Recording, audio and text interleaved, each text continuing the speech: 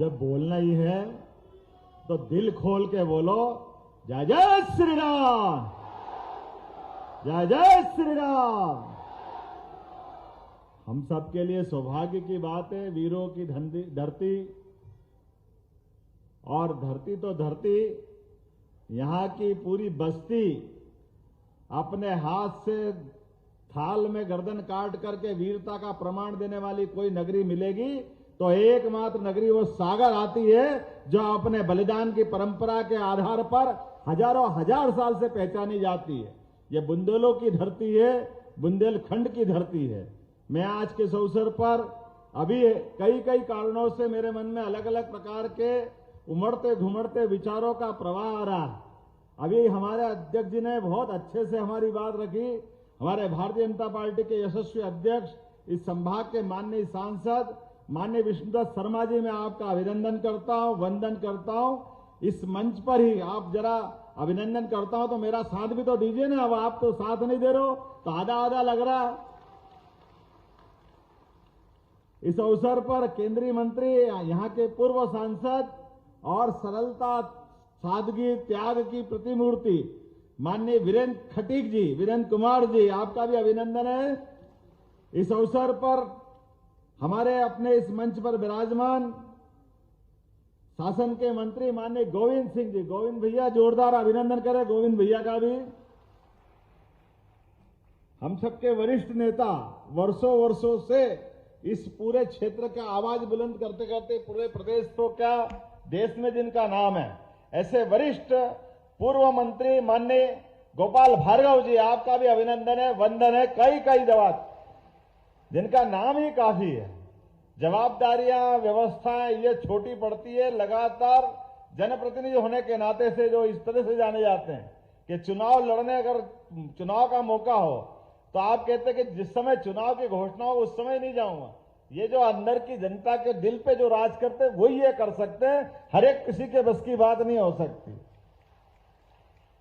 इस अवसर पर माननीय सांसद राज बहादुर जी, उनका भी अभिनंदन करता हूं। राज बहादुर जी का, हमारे अपने वरिष्ठ नेता, पूर्व मंत्री, पूर्व सांसद और वर्तमान विधायक माननीय भूपेंद्र सिंह जी, उनका भी अभिनंदन है। आप भी अलग अलग दायित्वों का निर्वहन करते हुए भी क्लस्टर के प्रभारी भी हैं। बहुत सारे अलग अलग काम आपको मिलते रहे। हमारे उज्जैन के भी प्रभारी मंत्री रह चुके हैं। मैं इस अवसर पर मेरे अभिन्न मित्र शैलेंद्र जी, जोरदार अभिनंदन करें शैलेंद्र जी के लिए भी। शैलेंद्र जैन जी, शैलेंद्र जी ने कुछ मांगा, मैं बोलने में जरूर याद रखूंगा। मांगा तो सभी ने है। अरे हमारे 2-3 मंत्री और रह गए। माननीय धर्मेंद्र जी, पर्यटन मंत्री, इनके अभिनंदन करें। माननीय लखन पटेल जी, जोरदार अभिनंदन करें। दिलीप अहिरवार जी, जोरदार अभिनंदन करें दिलीप जी के लिए भी। हमारे अच्छे, बहुत अच्छे नेता हैं और भाग्यशाली ऐसे हैं कि हमारे अपने पहली बार में छक्का लगा के सीधे मंत्रिमंडल का, ये ऐसे हमारे अपने जोरदार ऐसे व्यक्तित्व के धनी भी होना चाहिए। इस अवसर पर मेरे आपके इंजीनियर और पढ़ाई के साथ साथ अपने क्षेत्र की बहुत सेवा करते हैं, उनके यहाँ कॉलेज के लिए भी लेके आए प्रदीप लारिया जी, आपका भी अभिनंदन। प्रदीप भाई के लिए जोरदार अभिनंदन करें। कई कारणों से उनकी अलग पहचान है। हमारे पूरे मंच के ऊपर माननीय श्याम सुंदर जी, जिला प्रभारी, अभिनंदन करें श्याम सुंदर जी का। जरा ताली वाली तो बजाओ, मजे ही नहीं आ रहा। मैं बोले जा रहा हूं, अब आप नाम बोलते जाओ और आप बोलते जाना। गौरव सिरोठिया जी, राजेंद्र सिंह जी, गोकलपुर है, मोकल के मोकल, ये लिख के मेरे को गोकल दिया, इसलिए मेरे को तो गोकुल वाले को गोकल ही याद आता है। तो गाय का कुल जिसके घर में, वो सब गोकुल वाले ही तो होते हैं। जिनके घर गाय वो गोपाल, जिनका घर में गाय के गांव में बना हुआ वो गोकुल। हमारे परमात्मा की तो दया है। समूचा भरा पूरा मंच एक बार अभिनंदन कर दो, फिर अगली बार गलती हो जाएगी। नहीं तो ये नाम है अपने लिखने वाले गलती करे और मेरे मुंह से निकले, वो थोड़ा ऐसा लगता है कि गलत हो रहा है।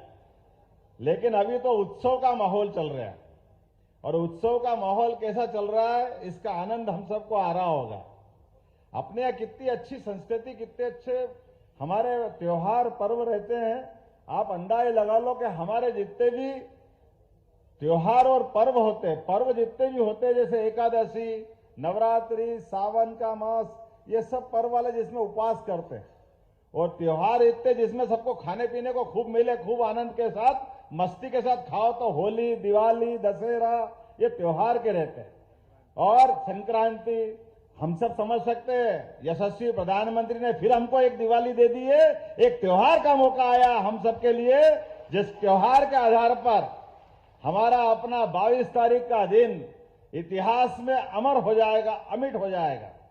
मैं आज इस बात के लिए बड़े गर्व के साथ भी कहना चाहूंगा, इस बात के लिए क्योंकि जो बात चली है यहां सागर की धरती पर, सागर की वो धरती है जहां शिक्षा को लेकर के सर हरि सिंह गौर ने अलग अलग प्रकार से अपना जीवन की कई यात्रा और कई सारे मुकाम पर उनकी अपनी पहचान बनी, लेकिन उन्हें अपनी जन्मभूमि पर सागर की धरती पर अपनी सारी संपदा लेकर के यहां आकर के जो विश्वविद्यालय का दान दिया था, वाकई वो उससे बड़ा दान कुछ हो नहीं सकता है। आधुनिक समय के लिए वो इतना बड़ा सम्मान है। मैं उनको नमन करते हुए अपनी बात कहूंगा। सागर के माध्यम से विश्वविद्यालय उस समय खोल दिया जब सागर के बारे में आज भी कई कठिनाइयां आती है, कई सारी चुनौतियां सागर और सागर के लोगों ने सहन की है। सागर ने हमेशा एक बात का साथ दिया, मैं उसका नमन करता हूं। आला उदल के जमाने से इस बुंदेलखंड ने कभी गुलामी के आगे सिर नहीं झुकाया, ये मुझे इस बात का सदैव गर्व रहा है। कोई क्या कर सकता है? कोई यही कर सकता है, कोई खाने को कम देगा, पीने को कम देगा, कोई व्यवस्था छीन लेगा, लेकिन स्वाधीनता तो नहीं छीन सकता है ना। अपने खून का बलिदान देने के लिए जब बुंदेल आगे बढ़ते तो धरती डोलने लग जाती है, कंपायमान होने लग जाता है। यह हजारों हजार साल से यहाँ की परंपरा रही है, इसलिए ये कष्ट में कभी इस बात के लिए कोई छोटा मन नहीं करता है। हमारे यहाँ ये व्यवस्था नहीं है, हमारे यहाँ वो व्यवस्था नहीं है, क्योंकि जो व्यवस्था को भीख में मांगते वो कोई और होंगे, वो बुंदेले नहीं हो सकते। मैं इस बात की गारंटी ले सकता हूं। जिन व्यवस्थाओं के बलबूते पर स्वाभिमान के साथ, संस्कार के साथ और आत्म बलिदान की जो आग में जलना जानते, वही हमारे बहादुर शेर बुंदेले कहलाते हैं। मुझे इस बात की प्रसन्नता है, आला उदल को जो कोई पढ़ लेगा अपने आप एहसास कराएगा कि बुंदेलों की, यहाँ के क्षेत्र की जनता का बलिदान क्या होता है, उनके अंदर आग कैसे होती है, वो अपने उद्देश्यों के लिए जीते कैसे हैं। मुझे इस बात की प्रसन्नता है, यशस्वी प्रधानमंत्री का अभिनंदन करें। बीना रिफाइनरी के माध्यम से उन्होंने रोजगार की भी बड़ी संभावना अगर चालू की तो सबसे बड़ी सौगात 50,000 करोड़ की आपके इस बुंदेलखंड के अंदर दी, इसी सागर जिले के बीना रिफाइनरी के माध्यम से। और एक नहीं, दूसरी सौगात यशस्वी प्रधानमंत्री के साथ यशस्वी पूर्व मुख्यमंत्री के लिए भी अभिनंदन करें, शिवराज सिंह चौहान जी के माध्यम से, जिनने केन बेतवा का बड़ा निर्णय कराया। मुझे इस बात की प्रसन्नता है, केन बेतवा के माध्यम से बुंदेलखंड की धरती भी पंजाब को पीछे छोड़ेगी, लहलहा के फसल के माध्यम से अपना मार्ग खुद बनाएगी, जिसके माध्यम से बड़े पैमाने पर रोजगार की जो कमी होती थी, स्वरोजगार की अपनी खुद की खेती हरी भरी करके अपना रास्ता खुद बनाएंगे। मैं इस बात के लिए प्रसन्नता और आनंद के साथ रहता हूं कि अपने इस क्षेत्र में आज के इस अवसर पर यहां पर लगभग 100 करोड़ की लागत से संत शिरोमणि रविदास जी के मंदिर का भी यही भूमि पूजन हुआ। यह भी सौभाग्यशाली धरती है। रविदास जी वो व्यक्ति है जिन्हें जीवन के कितने प्रकार के पाठ पढ़ाए जीवन में, वो भी उस दौर में जब रविदास जी को जीवन, उनकी अपनी जीवन पद्धति और उनका व्यवसाय, कई प्रश्न उठाते थे लोग उस समय, लेकिन अपने परमात्मा पे विश्वास करके सनातन संस्कृति को धन्य करने के लिए कोई संत आगे बढ़े तो वाकई रविदास जी को नमन करने की जरूरत है। आज के इस दौर में वो विचार आज भी पूजनीय है। रविदास जी का विचार ये छोटा मोटा नहीं है। हरि का भजे सो हरि का होय, जात पात पूछे न कोई, कितना उदात्त विचार, छोटा मोटा विचार है क्या? हमारे समाज को फूट डालने के आधार पर अंग्रेजों से लेकर कई लोगों ने ऐसे ही षड्यंत्रों के बलबूते पर समाज को लड़ाते लड़ाते पता नहीं कितने कष्ट दिए। ऐसे कठिन काल में भी रविदास जी ने वो उदात्त भावना अपने पास रखी और ऐसे कई शिष्यों की मालिका खड़ी करी जिसके भरोसे उन्होंने परमात्मा में विश्वास करने के लिए अपने उद्देश्य के ले आगे बढ़े। गंगा के किनारे बैठ करके बनारस के घाट पर इतना पवित्र विचार लेके कोई चल सकता है, वो एक ही नाम होगा, वो रविदास जी का नाम से बढ़कर कोई नाम नहीं होगा, जिनके पास चित्तौड़ की महारानी भी प्रणाम करके अपने आप को धन्य मानती है। ये रविदास जी का जीवन हो सकता है। हम सब के लिए सौभाग्य की बात है। आज के इस अवसर पर यहीं पर एक और जानकारी देना चाहूंगा। यहां पर लवकुश भगवान का मंदिर भी 10 करोड़ की लागत से बनने वाला है। ये भी हमारे लिए सौभाग्य की बात है। ऐसे कई कई कारणों से सरकार तो बनती है, सरकार बनना भी चाहिए, लेकिन सरकार और सरकार में फर्क कैसा होता है, ये हमारी भारतीय जनता पार्टी की सरकार और अन्य सरकारों की तुलना करके देखा जा सकता है। माननीय यशस्वी प्रधानमंत्री के नेतृत्व में डबल इंजन की सरकार के बलबूते पे होने वाले काम और काम के जो धमक बनती है, वो धमक को बताने की जरूरत नहीं है। एक ऑर्डर करा और 25,000 माइक जमा हो गए, आपको ध्यान में आएगा। दूसरी बार हिम्मत नहीं पड़ी, दूसरी बार बोलने की जरूरत भी नहीं पड़ी। ये जो अपनी अंदर की व्यवस्था है, आज जैन समाज से लेकर कई लोग इसका अभिनंदन कर रहे थे, तो वाकई वो मेरा अभिनंदन नहीं है, वो भारतीय जनता पार्टी के निर्णय का अभिनंदन है। हमारे यहाँ सभी के कानून है, ध्वनि प्रदूषण कानून भी है, उसका पालन करना हम सबकी जवाबदारी। हम इस देश के अंदर सभी धर्मों को लेकर चलना जानते हैं, सभी धर्मों का सम्मान करते हैं, लेकिन मेरे कारण से आप परेशान हो, इस बात को कोई सरकार परेशान होने के लिए या सरकार उसको रोकना चाहती है। मैं आज के इस अवसर पर एक तो आपने जो मांग रखी, शैलेंद्र भाई, हमारे गोविंद भैया, बीडी जी, सबने कहा है कि यहाँ पर स्टेट यूनिवर्सिटी की जरूरत है, तो हमने कहा इसी साल जून से यहाँ विश्वविद्यालय की स्थापना करने की घोषणा करते हैं।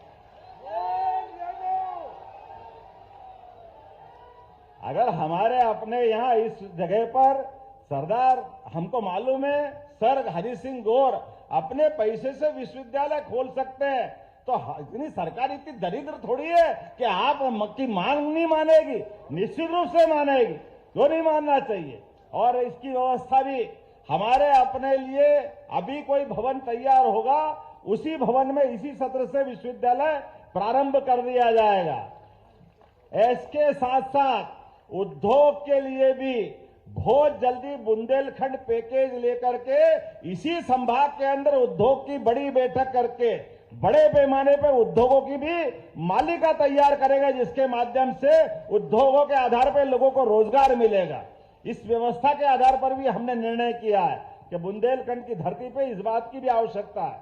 मुझे एक और बात आपने कही कि बुंदेलखंड में वो जो हमारी सड़कें खुद गई, और आपने कहा कि वो टाटा कंपनी का कोई पैकेज है। हमने कहा कोई कंपनी ने एग्रीमेंट किया है तो हम तो उससे जब तक पाई वसूल नहीं कर ले, ये सरकार चुप नहीं बैठेगी। 25 करोड़ रुपए उससे वसूल करके निश्चित रूप से आपके इस सागर के लिए जो सड़कों के लिए खुद ही उसको देने का एस्टीमेट बनाया। मेरे पास नगर परिषद का ये आ गया एस्टीमेट का पत्र, निश्चित रूप से बहुत जल्दी आपकी राशि आपको देंगे और उससे हम निश्चित रूप से राशि लेंगे। आज के इस अवसर पर वैसे तो बहुत सारी बातें थी, लेकिन समय कम पड़ गया। सबसे पहले तो मैं दोनों हाथ जोड़कर आपसे माफी चाहता हूं कि आने का समय जल्दी था लेकिन देरी से आया। लेकिन आने के बाद हमने अपनी एक नियम बनाया कि आने के क्रम में हमारे अपने प्रशासनिक लेवल पर जो हमारे लॉ एंड ऑर्डर की मीटिंग हो, प्रशासन के जरिए निर्माण कार्यों की बातें हो, उसकी भी मीटिंग होना चाहिए। इसलिए संभाग की वो बैठक भी हमको करना है। इसलिए मैं उम्मीद कर रहा हूं आप सबके माध्यम से, आप मेरी अपनी बात को यहीं समाप्त करूंगा, लेकिन आपसे एक संकल्प करवा रहा हूं। अपने हाथ खड़े करो और आप भी खुद खड़े हो जाओ और हम सब संकल्प करें परसों के लिए कि राम जी के उस गर्भगृह में प्रवेश के लिए नरेंद्र मोदी जी जब अयोध्या में बैठ करके परमात्मा के लिए वो अद्वितीय क्षण हमको उपलब्ध करा रहे हैं, तो हम अपने अपने स्थान पर जो जहां है भाग बैठ करके दिवाली मनाएंगे, आनंद में सम्मिलित होंगे। बोलो तैयार है? तो अपनी मुट्ठी बांधो और एक बार और जय जय श्री राम, जय जय श्री राम, भारत माता की बहुत बहुत धन्यवाद। भारत माता की जय। बहुत